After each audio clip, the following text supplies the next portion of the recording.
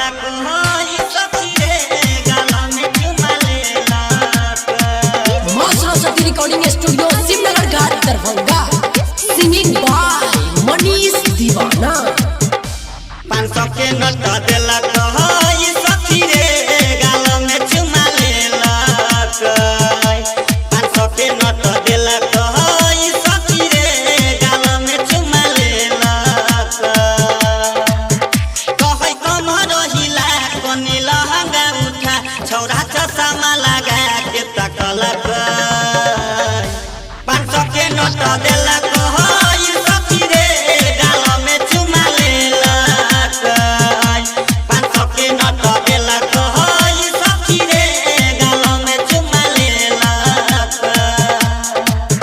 कहै कमर हिला कोनी लहंगा उठा छौरा चश्मा लगा के तकलक। 500 के नोट देलक होई सखी रे गाला में चुमा लेलक। 500 के नोट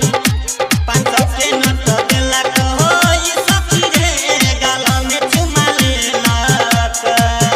खाली हमारे ढोरी पर ताकै छै 10-20 के नोट दके जाँचै छै। 10-20 के नोट दके जाँचै छै। खाली हमारे ढोरी पर ताकै छै 10-20 के नोट दके जाँचै छै। ई स्टेज पर आके छौरा सखी सीटी खाली बजाबै छै। हमरा पकड़ के डार सुन काट लैया गाला छौरा हाथ पकड़ के नाचेलक। 500 के नोट देलक होई सखी रे गाला में चुमा लेलक। 500 के नोट देलक होई सखी रे गाला में चुमा लेलक। का कोई सखी 500 के नोट देलक होई सखी रे गाला में चुमा लेलक।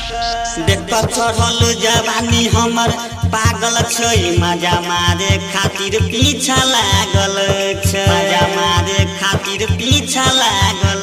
देख चढ़ल जवानी हमर पागल छै मजा मारे खातिर पीछा लागल छै। कके हमर जवानी के पानी पानी स्टेज पर खूबे नचाबै छै। खूबे करे गंजन मनीष प्रेमी कुंदन राइटर दीपक होठ चुसलक।